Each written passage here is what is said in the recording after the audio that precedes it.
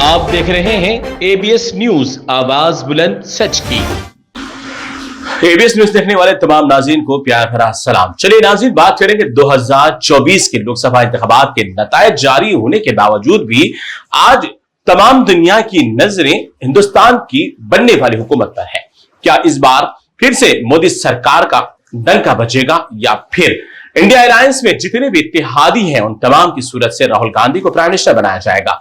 ये तमाम बातें तो अगले 2-4 घंटे के अंदर साबित हो जाएगी कि आने वाले हिंदुस्तान की अमन और अमान की डोर जो है वो किसके हाथ में होगी, या फिर वही फसाद या शरंगेजी, नफरत भरे बयानात, मुसलमानों को दहशतगर्द करार देना, मुसलमानों को पाकिस्तान भगा देना, मसाजिद से लाउड स्पीकर उतार देना, हिंदू खवातीन के गलों से मंगलसूत्र छीन लेने वाली बात करना, फिर या बड़े जानवरों की कटौती पर बात करना, मजहब, मसलक, रंगों रोगन पर बात करने वाली सरकार बनेगी या फिर मोहब्बत की दुकान का बाजार लगेगा? अब तो वक्त तय करेगा। लेकिन ये तो वक्त तय करने के लिए दो अहम चेहरे सामने आ चुके हैं। वो दोनों अहम चेहरे हैं नीतीश कुमार और चंद्रबाबू नायडू।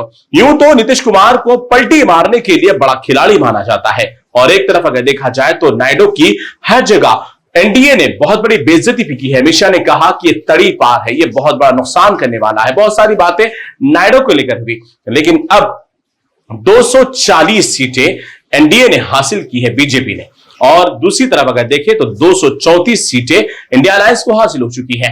अब 272 सीटें होना है, यानी मुकम्मल तौर पर 272 सीटें जिसके पास भी होगी वो हुकूमत बनाएगी। लेकिन इसीलिए अब यहां पर जरूरत नीतीश कुमार की है और चंद्रबाबू नायडू की। अब ये दोनों बड़े हीरो बनकर सामने आए हैं, इन्हें किंग मेकर भी कहा जा रहा है। अब इनको बहुत से अलकबात का भी इन्हें तोहफा पेश किया जा रहा है। चलिए बात मुख्तसर से कर लेते हैं, लेकिन आपको बता दें कि इंडिया अलायंस और बीजेपी दोनों एक दूसरे इतनी एड़ी चोटी का जोर लगा रहे हैं कि नीतीश कुमार और चंद्रबाबू नायडू उनकी तरफ आए और उनके साथ हाथ मिलाकर हुकूमत बनाने में बड़ा सपोर्ट कर सके।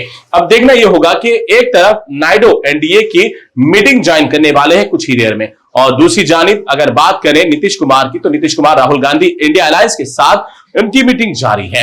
इंडिया अलायंस बनाने वाले सबसे पहला चेहरा है नीतीश कुमार ही। नीतीश कुमार ही अब जिस तरीके से पार्टी के अंदर हीरो बनने जा रहे हैं, उन्हें नायब वजीर आजम के ओहदे का भी उन्हें तोहफा पेश कर दिया गया।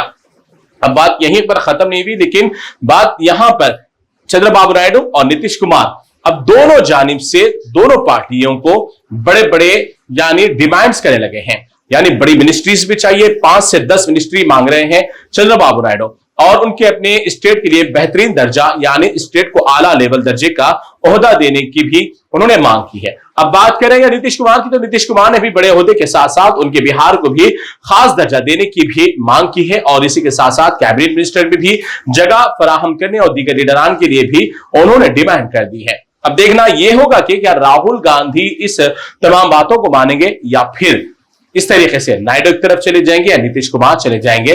और बड़ा ताज्जुब हुआ कि जहां पर लोग बीजेपी को कोस रहे थे, बीजेपी पर बड़ा बड़ा अपना गुस्से और गम का इजहार कर रहे थे, वहां पर बीजेपी बड़ी बेबाकी के साथ, बड़ी ही मेजॉरिटी के साथ वहां से जीत हासिल की है। लेकिन एक तरफ आपको बता दो कि उत्तर प्रदेश की आवाम ने इस बार औंधे मुंह बीजेपी को ढकल दिया है। मैंने कहा ये तमाम बातें तो चलते रहेगी नाज़रीन, लेकिन आपको बता दो कि अभी और 2-4 घंटे बाकी है कि हकीकत सामने आएगी कि हिंदुस्तान का हुकूमत के फिर एक नया चेहरा होगा या फिर वही हिंदुस्तान को बर्बाद करने वाला चेहरा होगा। अब ये देखना और इंतजार करना होगा कि नीतीश कुमार और नायडू किसका सपोर्ट करेंगे।